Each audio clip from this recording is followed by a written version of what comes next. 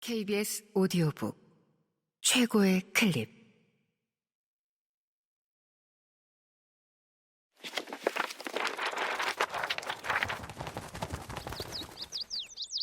KBS 오디오북 윤초옥 실종 사건. 전여울 지음, 성우 이자영 읽음.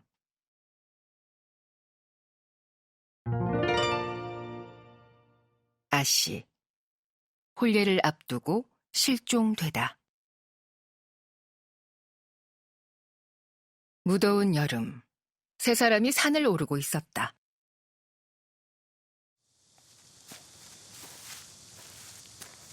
혼례를 앞둔 13살의 예비 신부 초옥과 어머니 고씨 부인, 그리고 그들과 피는 섞이지 않았지만 초옥을 친자식처럼 여기는 유모 운산댁까지. 셋은 산 중턱에 있는 절에 기도를 올리러 가는 중이었다. 초옥이 무사히 혼례를 치를 수 있기를, 혼례 후에도 남부럽지 않게 순탄한 삶을 살기를 부처님에게 기원하기 위해서였다. 뜻밖의 사고는 순식간에 닥쳐왔다. 절에 도착하기 직전 산적들을 만난 것이다.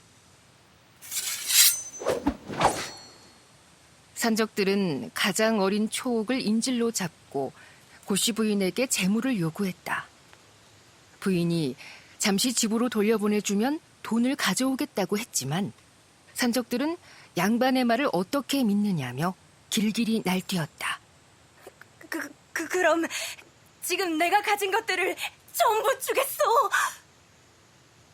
고씨 부인은 지니고 있던 옷가락지와 귀걸이, 금비녀는 물론 절에 시주하기 위해 준비한 돈까지 모두 산적들에게 바쳤다. 운산댁은 그 옆에 무릎을 꿇은 채 두 손을 싹싹 비비며 초옥아씨를 놓아달라 간청했다. 하지만 산적들에게는 그런 너그러움이 없었다. 그들은 받을 것을 다 받아낸 뒤에 초옥마저 데리고 사라져버리고 말았다. 여기까지가 산에서 돌아온 고씨 부인과 운산댁의 증언이었다. 초옥의 아버지인 윤대감은 그 말을 듣자 그대로 쓰러지고 말았다. 마을 사또가 사건을 전해 듣고 즉시 포졸들을 풀어 산속을 뒤졌지만 이미 너무 늦은 뒤였다. 포졸들이 찾아낸 것은 산적도 초옥도 아닌 피 묻은 옷가지 뿐이었다. 윤대감은 초옥의 운명이 안타까워 기와집의 기둥을 주먹으로 쳐댔다. 대감의 손은 빠르게 피와 멍으로 얼룩져갔다. 고씨 부인은 며칠이 지나도록 밥도 물도 먹지 않은 채 안방에서 나오지 않았다. 또한 누구도 만나지 않고 오직 운산댁만 안방에 드나들 수 있도록 허락했다. 그래서 윤대감도 주인을 지키지 못한 운산댁을 차마 내치지 못했다. 덕분에 운산댁은 윤대감 댁에서 계속 머무르게 되었으나 그리 행복해 보이진 않았다. 그날 이후 일을 하는 와중에도 자주 멍한 얼굴로 먼 산을 바라보았다.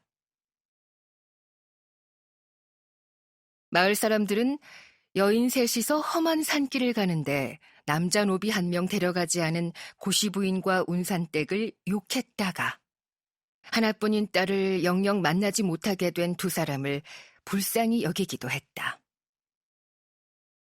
평소 검소하기로 유명한 고씨 부인이 하필 절에 가는 날 왜 그리 많은 폐물을 지니고 있었는지, 힘좋기로 유명한 운산댁은 왜 갓 태어난 병아리처럼 부르르 떨기만 했다는지, 거기까지 신경 쓰는 사람은 좀처럼 없었다.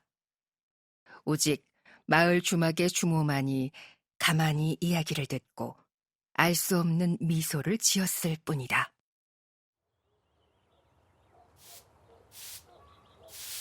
주모는 주막 앞마당을 빗자루로 쓸며 중얼거렸다. 만약에 그 여름에 그들이 만나지 못했더라면 어땠을까? 자기가 말해놓고도 흠칫했는지 주모는 손으로 제 입을 툭 때렸다. 다행히 주모의 목소리가 들릴 만한 곳에는 생쥐 한 마리 없었다.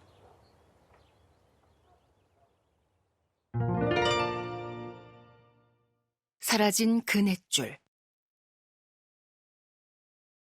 한이해, 좀 힘있게 걸어라. 비실비실, 그게 뭐냐?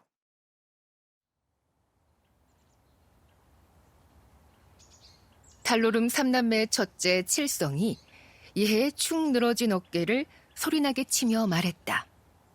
이해는 어깨를 손으로 만지작거리면서도 입을 꾹 닫았다. 화를 낼 기운조차 없어서였다. 이해는 혼자 멀찍이 앞서가는 아버지를 힐끔 보며 입을 삐죽거렸다. 어젯밤 일에 대한 서운함이 아직 이해의 마음속에 가득했다. 지난밤 이해는 아무도 없는 틈을 타 주막 옆방에 숨어들었다. 호롱에 불을 붙이고 자그마한 손거울을 꺼내들었다. 마지막으로 품속에 숨겨둔 주머니를 풀어 붓을 꺼내려던 그때 방문이 열리고 불호령이 떨어졌다. 너 또 이런 말도 안 되는 짓을... 아버지였다. 아버지가 도깨비 같은 얼굴을 하고 이해를 내려다보았다. 아버지. 줄타기만 해도 모자란 판국에... 아버지는 붓을 빼앗아 그대로 내동댕이 쳤다. 거울까지 집어던지려는 것을 이해가 간신히 말렸다. 한바탕 소동이 끝난 뒤 아버지는 밤 공기보다 더 싸늘한 눈빛으로 이해를 쏘아보며 말했다. 이번이 정말 마지막이다. 다시 한 번 이딴 짓거리를 하다가 걸리면 그때는 이 사당패에서 쫓겨날 줄 알아라. 네가 내 아들이라 할지라도.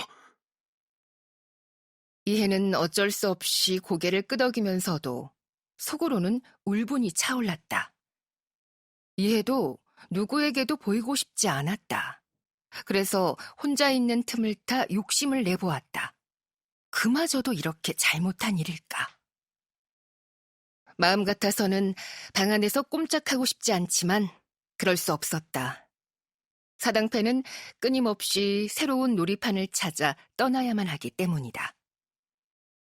그래서 이렇게 내키지 않는 걸음을 옮기는 참이다.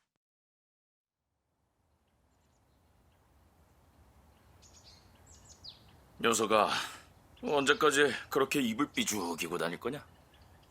장구를 담당하는 장이 삼촌이 이해에게 다가와 말을 걸었다.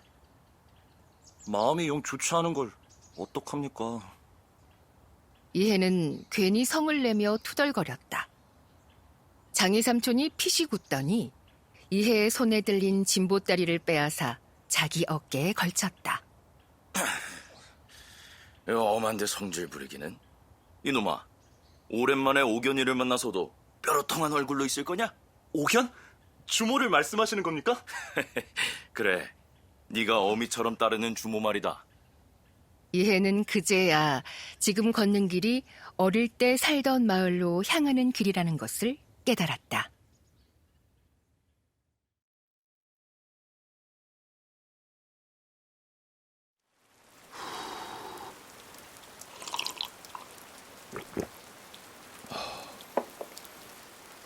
KBS 오디오북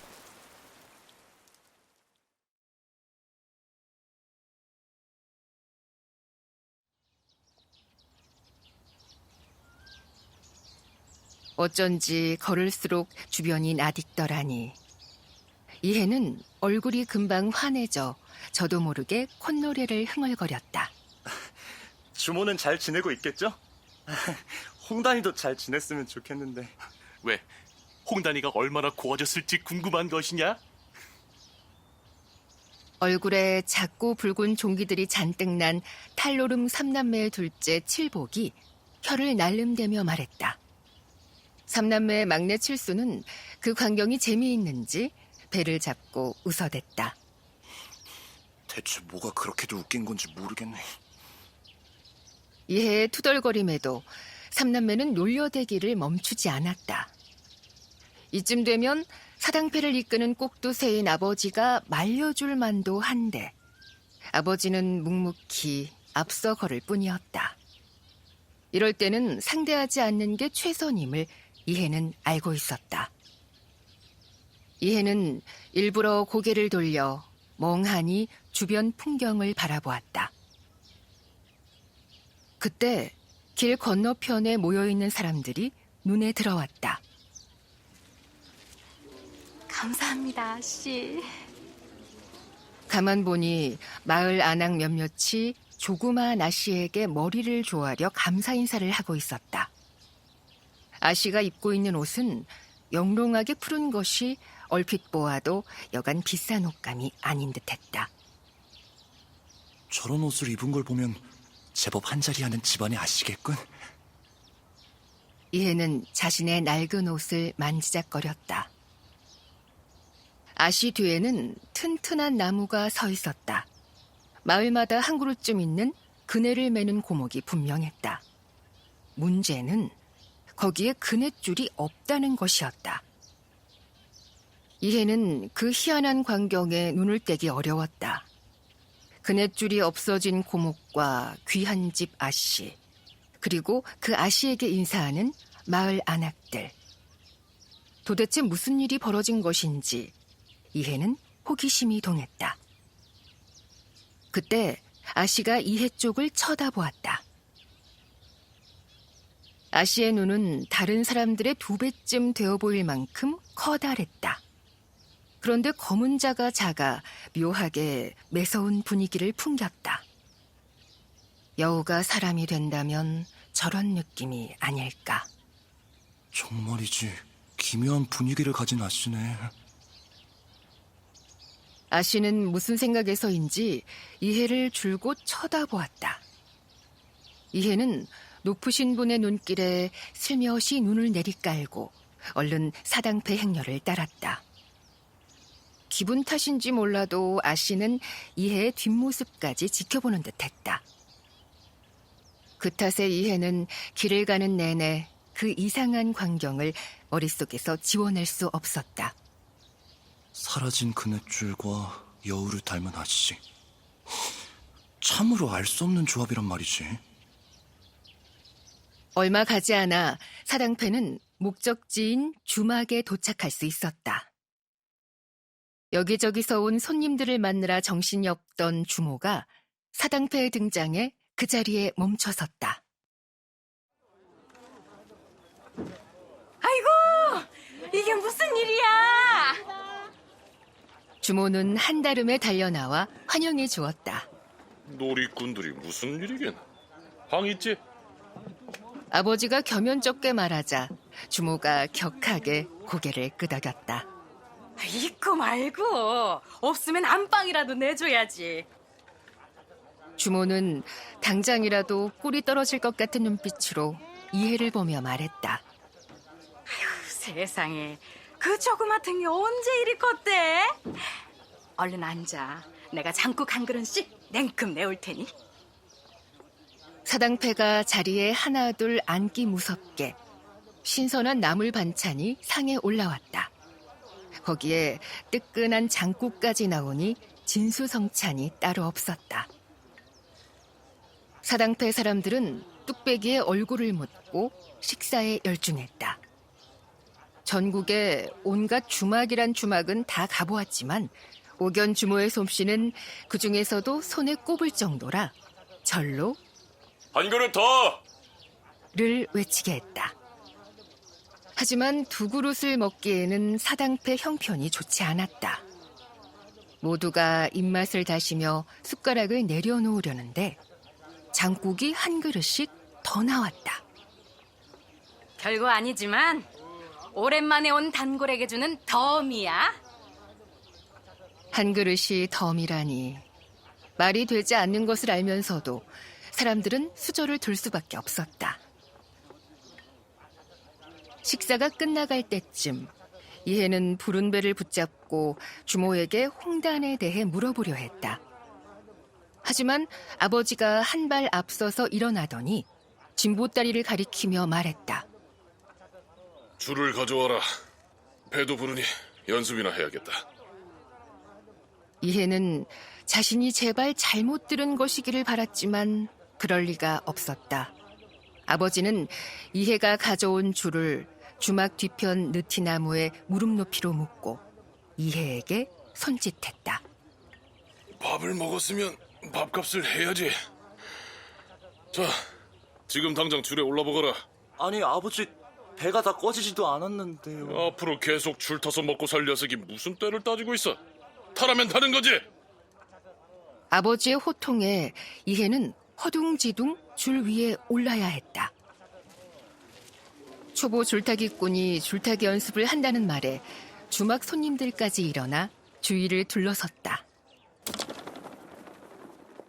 이해는 다리 사이로 개미가 기어가는 듯한 간지럼을 느꼈다. 정면을 보아야 하는 이해의 눈이 자꾸만 바닥을 향했다. 어서 움직여. 줄타기꾼 아들답게 제대로 줄을 타보란 말이야. 이해는 돌처럼 딱딱히 굳은 몸을 억지로라도 움직여야 했다. 간신히 발을 떼 보았다가 살짝 뛰어오른 순간 그대로 줄 아래로 떨어지고 말았다. 엉덩방아를 찧은 이해의 모습에 사람들 사이에서 웃음이 터져나왔다. 저 줄 타는 품새가 영 시원치 않네. 에이, 내가 타도 그보다는 잘 타겠어. 줄타기가 얼마나 어려운지 모르는 뜨내기 손님이 주절거렸다. 주모는 시린 눈빛으로 그를 쏘아보았다. 손님은 헛기침을 몇 번 하더니 이내 모습을 감추었다. 하지만 이해의 기분은 영 나아지지 않았다. 두더지가 되어 땅속으로 들어갔으면 싶었다. 아버지는 잔뜩 움츠러든 이해를 억지로 일으켜 다시 줄에 오르라 성화를 부렸다.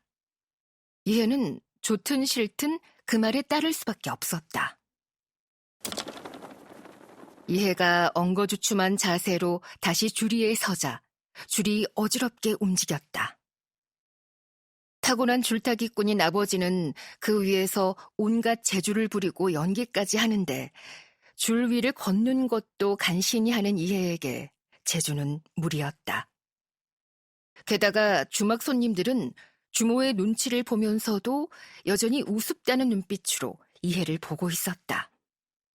저놈 언제 떨어지나 하는 사람들의 속마음이 들려오는 것만 같았다.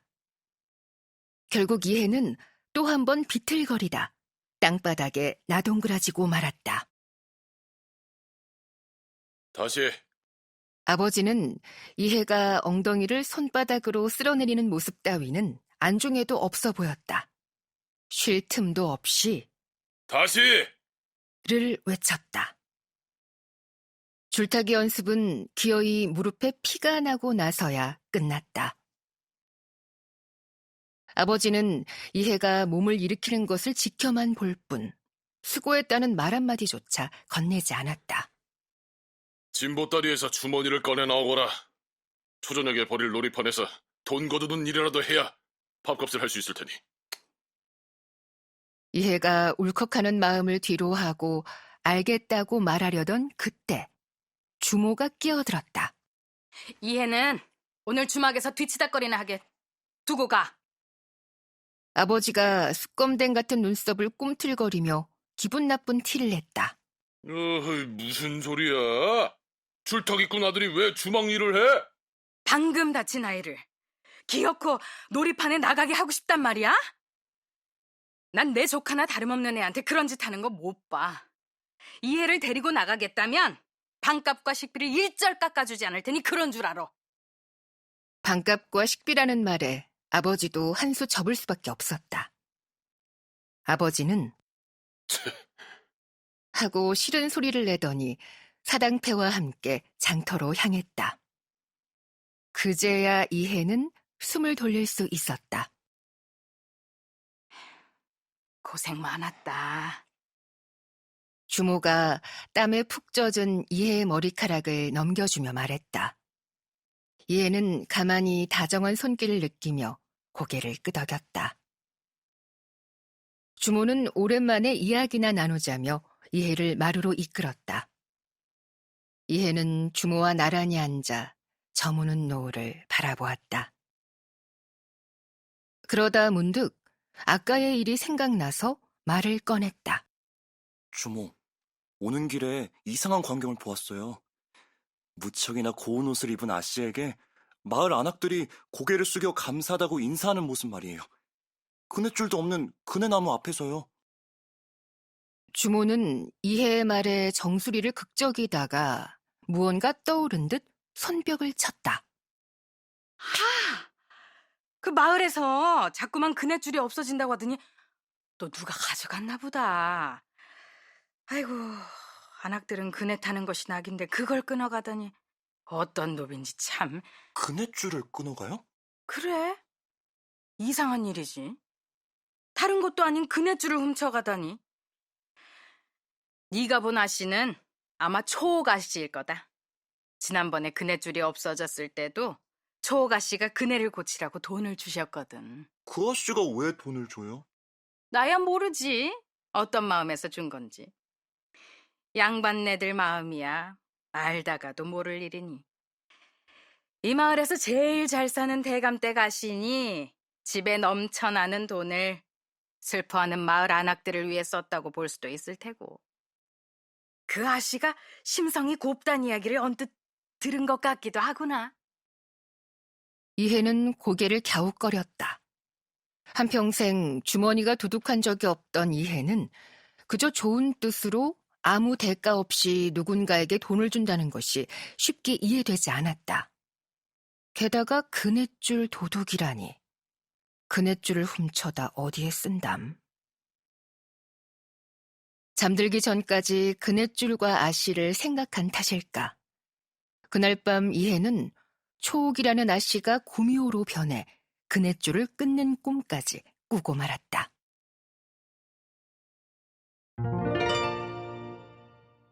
잘못된 아이. 아니해! 아버지의 고함 소리가 주막 울타리를 넘었다. 안 그래도 흔들리던 줄이 더 세게 출렁거렸다. 너는 분명 마음만 먹으면 할 수 있는 녀석인데 도대체 왜 그러냐?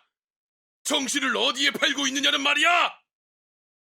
아버지가 안달을 내며 발을 굴렀다. 주리에 서 있는 것조차 버거운데 저렇게 성화를 하니 부담스럽고 정신이 하나도 없었다. 그럼에도 계속되는 윽박에 한 걸음 내디뎌 보려다 그만 그대로 고꾸라졌다. 애 잡겠네, 잡겠어. 주모가 밥그릇에 물을 내오며 아버지를 말렸다. 쉬엄쉬엄 하라는 말도 잊지 않았다. 하지만 아버지는 단숨에 물을 마시고 고개를 저었다. 안 돼. 쉬엄쉬엄 했다가 이해 이놈은 영영 줄타기와 멀어질 거라고. 물을 마시며 느낀 시원함이 싹 가셨다. 할 수 있다면 따져 묻고 싶은 심정이었다. 정말 이렇게 연습을 한다고 해서 줄타기와 가까워질 수 있는 거냐고. 처음부터 내가 줄타기와 맞지 않는 아이라는 생각은 들지 않느냐고 외치고 싶었다. 하지만 그리 큰 소리를 낸다 해도 아버지의 태도는 달라지지 않을 것이다. 할 수 있는 건 단 하나.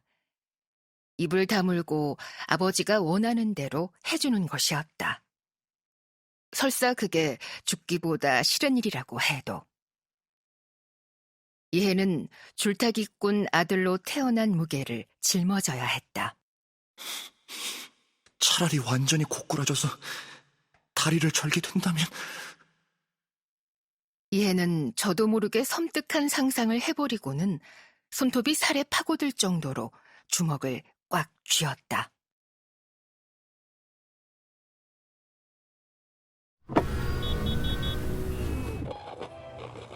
KBS 오디오북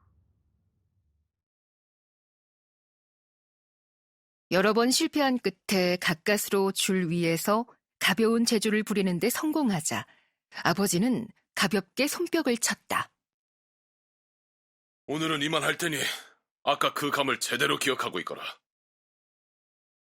이해는 그대로 주저앉고 말았다. 긴장이 풀려버렸기 때문이다. 사내 녀석이 이깟 일로 주저앉기나 하군. 얼른 일어나라. 오늘은 꼭 함께 장터에 갈 테니 눈으로라도 익혀야 느는 법이야. 주모가 그 말을 듣자마자 아버지의 앞을 가로막았다. 에헤, 내내 땀 흘린 애를 데리고 또 어딜 가려고 그래? 능청스럽게 이해를 쏙 빼내려는 주모의 속셈을 아버지가 모를 리 없었다. 아버지는 곰방대에 불을 붙이고 그늘진 얼굴로 주모에게 말했다. 자네가 우리 아들을 챙겨주려는 건 잘 알아. 하지만 마냥 오냐오냐 하는 걸 두고 볼 수만 없어. 제 나이가 벌써 13이란 말이야. 언제까지 사당패 잡일이나 할 수는 없다고? 적어도 내 주막에 있는 동안만큼은 숨 돌릴 틈을 만들어주고 싶어서 그래. 주모와 아버지의 실랑이는 주모가 오늘 밥값을 안 받겠다고 나선 뒤에야 결론이 났다. 밥값을 두고 흥정한 셈이 된 아버지는 민망한지 괜히 기지개를 여러 번 켰다. 곰방대에 불이 사그라들 때쯤 아버지는 사당패를 이끌고 장터로 향했다. 이해가 그 뒤로 우렁차게 인사했다. 잘 다녀오세요.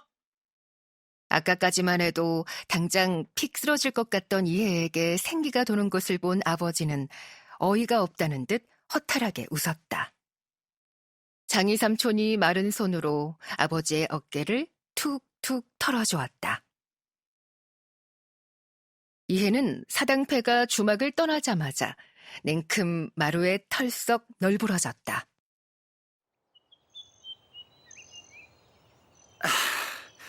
이제야 살 것 같네요, 정말.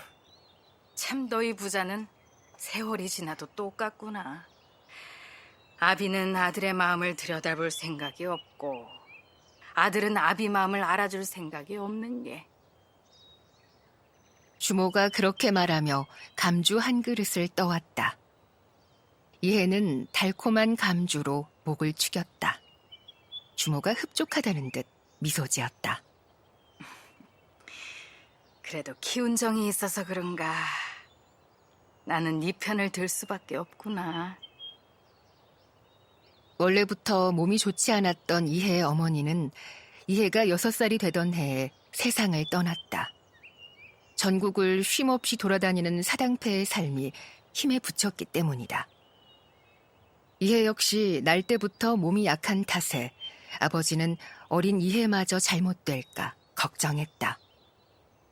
그때 나선 사람이 이해 어머니와 둘도 없는 친구인 옥연 주모였다. 주모는 이해가 8살이 되는 해까지 돌봐주겠노라 말했다.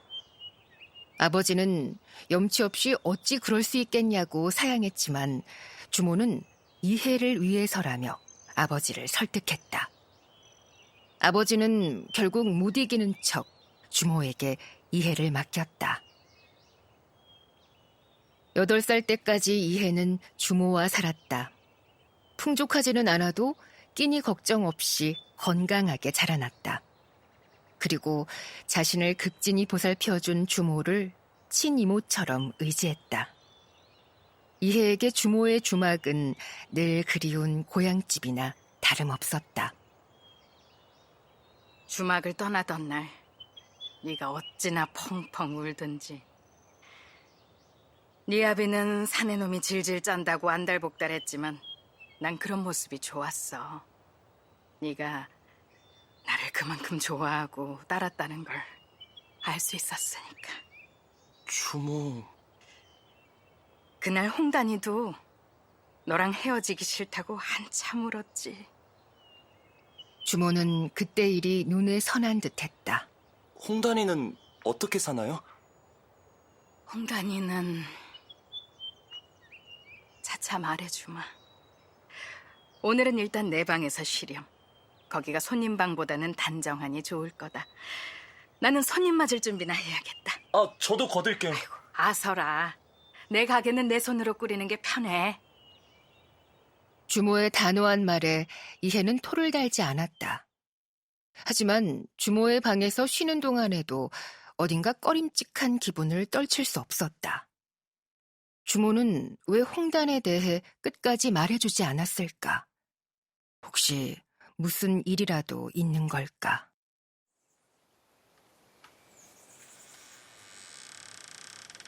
어제 이상한 아씨를 본 뒤부터 온통 머리 아픈 일들 뿐이었다. 밤에 제대로 못 잔 잠이나 자볼까 했지만 어쩐지 눈이 또랑또랑한 것이 영 잠이 오지 않았다.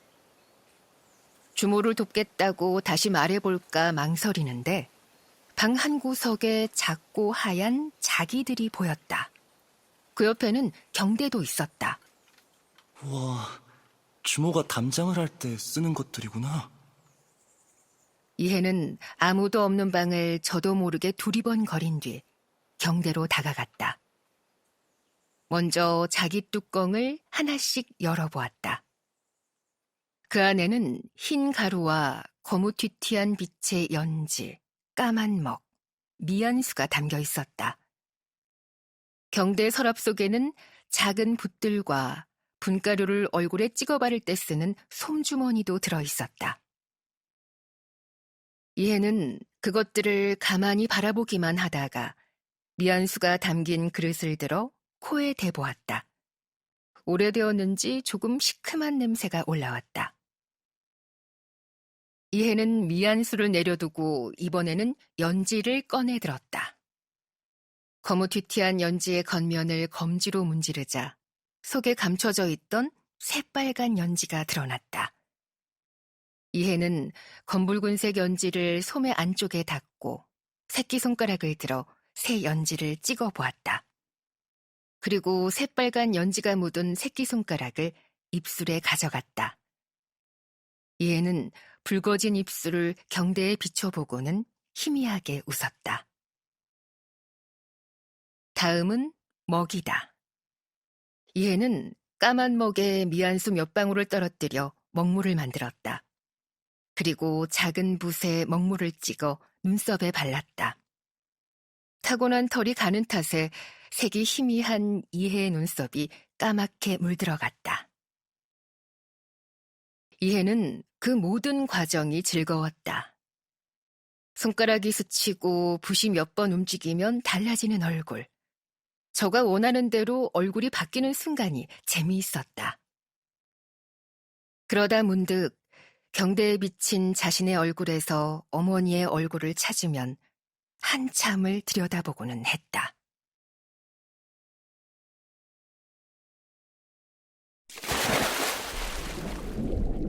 KBS 오디오북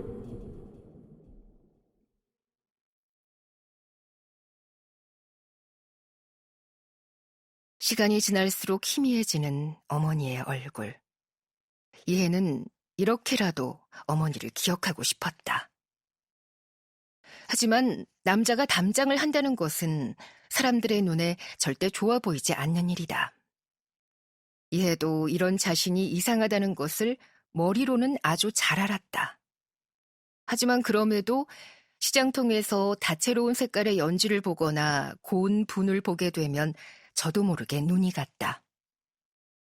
관심을 끊으려 부단히 애를 써보았지만 여자들의 얼굴을 봐도 저 여자는 어떤 분을 어떻게 발랐을까 호기심이 동했다. 끝내 호기심을 이기지 못한 어느 밤, 이해는 자신의 얼굴에 담장을 하다 그만 아버지에게 그 모습을 들키고 말았다. 그날 본 아버지의 싸늘한 얼굴을 떠올리면 이해는 지금도 가슴이 아려왔다. 누구든 지금 내가 하는 꼴을 그런 눈으로 보겠지. 이해가 깊은 한숨을 내쉴 때였다. 방문이 벌컥 열렸다. 이해야, 여기 누룽지 말린 거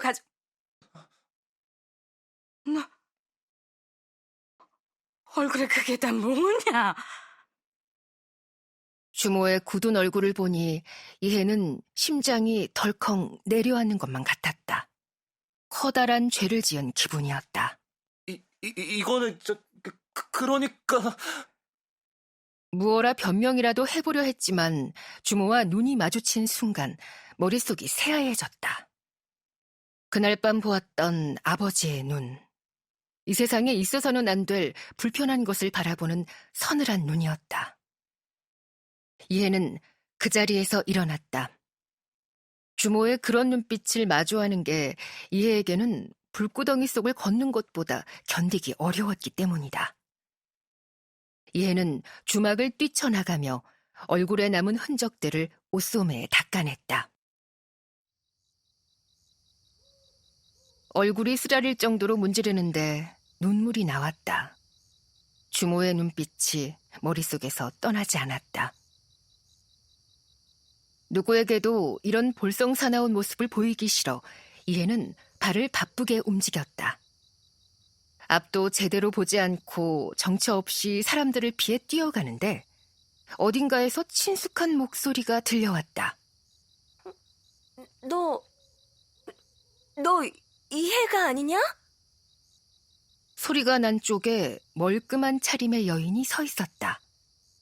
이해는 자신을 불러세운 여인을 바라보다가 이내 그 정체를 기억해냈다.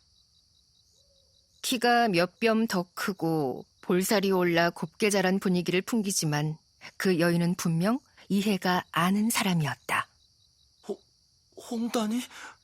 그래, 나다. 홍단이. 홍단이라니. 그토록 궁금했던 옛 친구의 등장에 이해는 슬픔마저 잊었다가 이내 자신의 얼굴이 엉망이라는 사실을 떠올렸다. 눈물 자국에 제멋대로 번졌을 눈썹 먹과 입술의 연지까지. 오랜만에 만난 홍단에겐 죽어도 보여주기 싫은 꼴이었다. 홍단아, 다음에 보자. 이해는 발걸음을 재촉해 황급히 홍단에게서 멀어져 갔다. 이렇게 형편없는 만남이라니. 모든 것이 뒤틀리고 망가진 것만 같았다. 이해는 숨이 턱끝까지 차오르면 잠시 멈추었다가 다시 뛰기를 반복했다. 마치 뛰지 않으면 안 되는 것처럼 뛰고 또 뛰었다. 그러지 않으면 자신이 애초에 어딘가 잘못된 아이로 태어난 것은 아닐까 하는 의문이 이해의 머릿속을 덮쳐왔기 때문이다.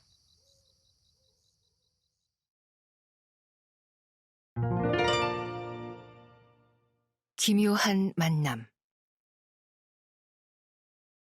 한참 뒤 정신을 차렸을 때 이해는 자신이 웬 산속에 들어섰음을 깨달았다.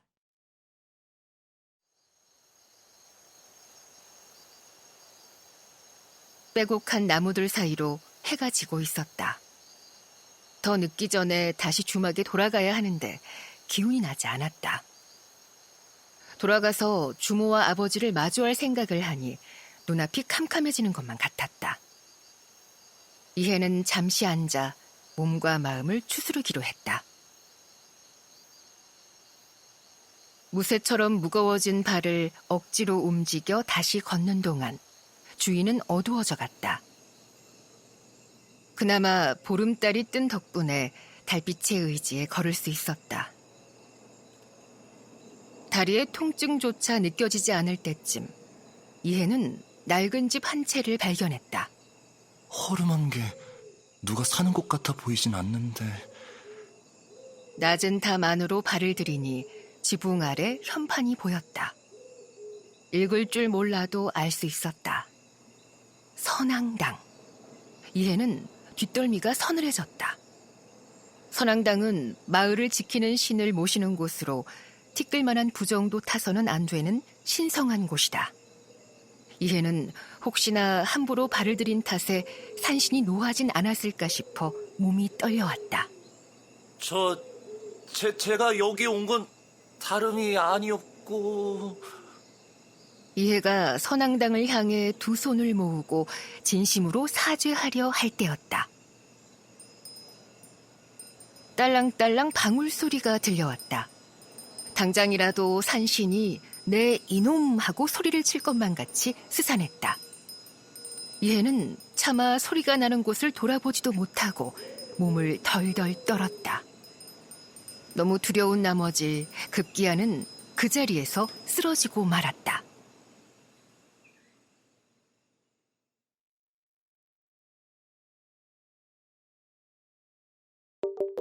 KBS 오디오북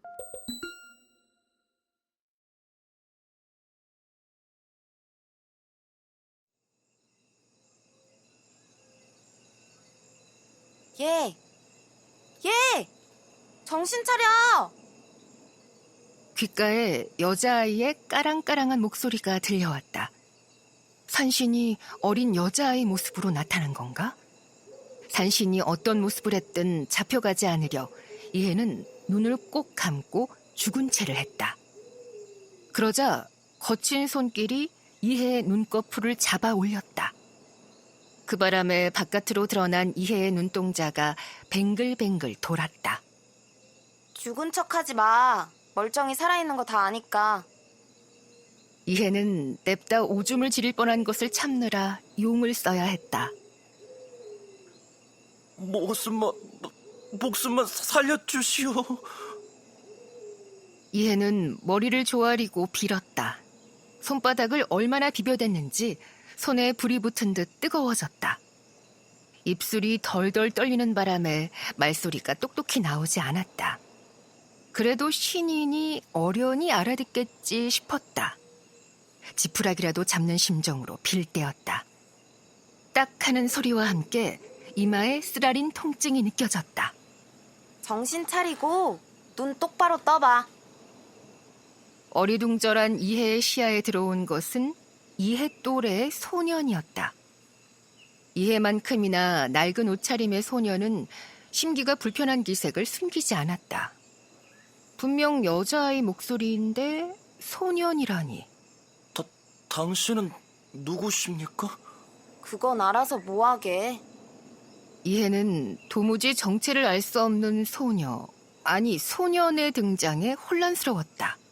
산신이 장난이라도 치는 걸까? 이해는 그 아이의 얼굴을 빤히 보았다. 가만히 보고 있으려니 얼굴이 묘하게 낯익었다.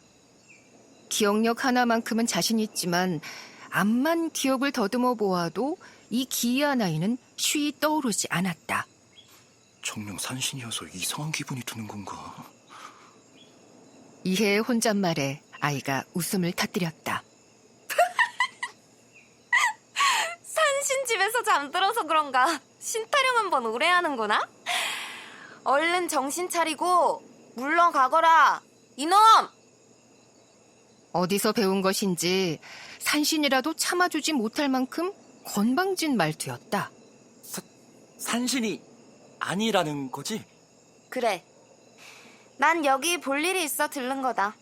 그런데 뜬금없이 니놈이 나타나 제대로 볼 일도 못 보게 생겼으니 얼른 여기를 떠나주면 좋겠구나? 이해는 민망한 마음에 천천히 일어나 바지에 묻은 흙먼지를 털어냈다. 간다. 이해가 조그마한 목소리로 투덜거리며 돌아서려는데 사람의 발소리가 들렸다. 금방 요란한 소동을 겪은 탓인지 이번만큼은 별로 무섭게 느껴지지 않았다. 이윽고 키가 훤칠한 여인이 호롱불을 들고 나타났다. 여인은 잽싸게 아이 쪽으로 달려갔다. 어지간히 마음이 급한지 이해는 보지도 못한 눈치였다.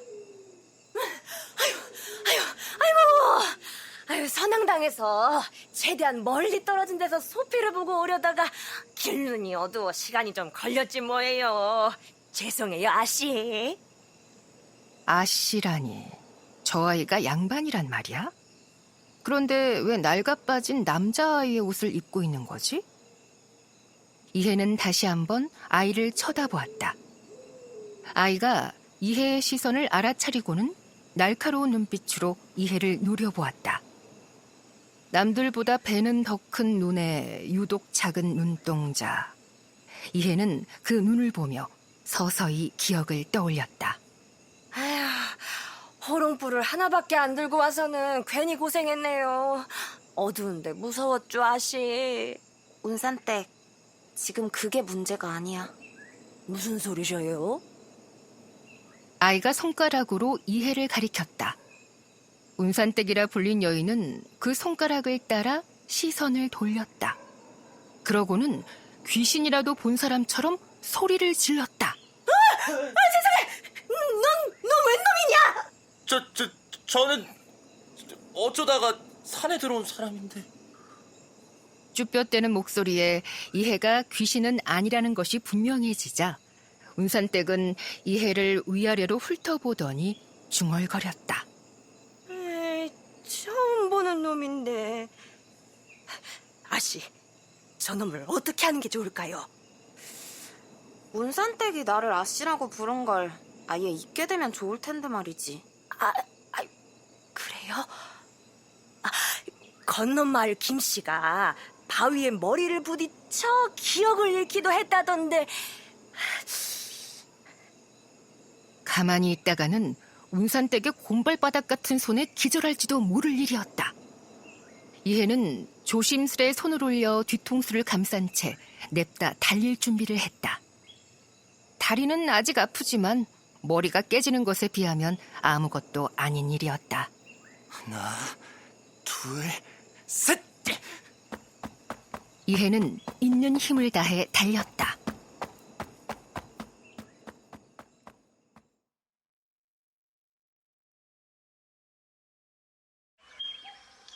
KBS 오디오북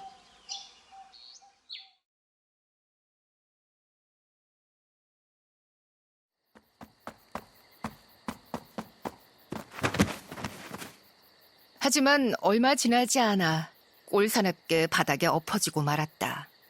이미 체력이 바닥나 다리가 풀린 탓이었다. 말도 제대로 안 끝내고 도망을 쳐? 운산댁이 이해의 멱살을 잡고 일으켜 세우며 말했다. 그게 아니라, 무슨 변명을 해야 벗어날 수 있을까 고민하던 이해의 눈에 아이의 얼굴이 정면으로 들어왔다. 그제야 그 아이가 누구인지 알 수 있었다.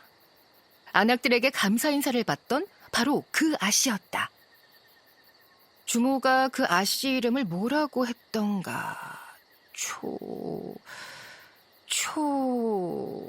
초가씨? 이해는 제 처지도 잊은 채 말을 뱉었다. 심성이 곱다고 말이 몇 번 나왔다던 그 초가씨. 잠깐, 마음씨가 곱다고? 이해는 주모의 정보력에 의심이 들었다. 어떻게 내 이름을 알지? 나는 너를 만난 기억이 없는데. 정체를 들킨 초옥이 아까보다 더 험상궂은 얼굴로 이해를 노려보며 물었다. 운산댁 역시 당장이라도 이해를 잡아먹을 듯 내려다보았다. 그것이... 이해는 두 여인의 기에 눌려 주절주절 말을 늘어놓아야만 했다. 초옥과 운산댁은 가만히 들으며 고개를 끄덕이기도 하고 동시에 소리를 내기도 했다. 그 와중에 초옥은 사당패라는 말이 나올 때마다 눈을 반짝였다. 그러니까 네가 사당패 일원이라 이거지? 네, 그렇습니다. 조그마한 사당패지만 온 세상을 돌아다니며 놀이판을 벌이지요. 그래. 그러고 보니 지난번 안악들에게 그네줄 살 돈을 주면서 사당패 무리가 지나가는 걸 본 기억이 난다. 네가 거기 있었던 게로구나? 네, 맞습니다. 어차피 잠깐 있다가 또 떠나갈 몸, 괜히 마을에 소란을 일으키고 싶은 마음 따위 없습니다.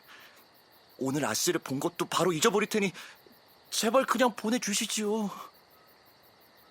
이해가 했던 말을 하고 또 하며 애원하자 초옥이 고심 끝에 고개를 끄덕였다.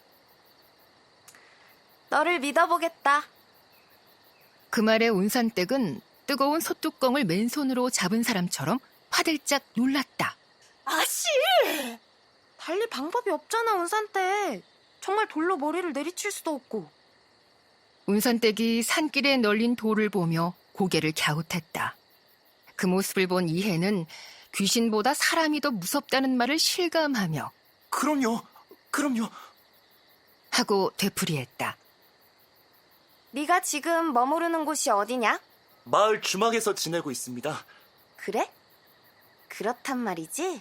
거짓을 고할 이유가 없지요. 그래.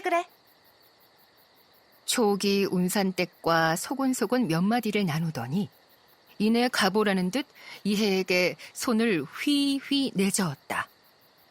이해는 이때다 싶어 냉큼 인사했다. 그럼 가보겠습니다. 그런데 가기 전에 물을 것이 있다. 네? 또 무엇을... 너는 내 이름을 아는데 나는 네 이름을 모르면 되겠느냐? 네 이름을 알려다오. 한이해라고 합니다. 한이해. 기억하마. 초옥이 품 안에서 방울을 꺼내 딸랑거리며 웃어 보였다. 이해는 도대체 속내를 알 수 없는 초옥이 섬뜩하게 느껴져 서둘러 그곳을 떠났다. 종아리가 후들후들 떨릴 만큼 걷고 나서야 주막에 돌아올 수 있었다. 주막 울타리에 서 있던 아버지가 이해를 보고 환하게 웃었다가 이내 고개를 돌렸다. 못하느라 이렇게 늦은 것이냐? 주모도 네 걱정을 하느라 주막 일을 제대로 못했다. 주모가 제 걱정을 해요? 그래. 그럼 누가 또 네 걱정을 그리 하겠냐?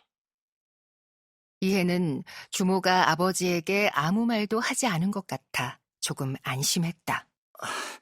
죄송해요. 생각할 게 많아서 이리저리 걷다가 왔어요. 아버지는 고개를 주걱거리더니 이해에게 어떤 것도 더 묻지 않았다. 피곤할 테니 들어가 자거라. 이해는 인사를 꾸벅한 뒤 주막에 들어섰다. 손님방에 이미 사당패 사람들이 잠들어 있었다. 다들 놀이판에서 제대로 한바탕 하고 왔는지 땀 냄새를 솔솔 내뿜으며 단잠에 빠져 있었다. 이해는 그들 사이를 비집고 들어가 잠을 청했다. 온갖 희한한 일들을 겪어서인지 무엇을 고민하고 따질 겨를도 없이 잠이 쏟아졌다.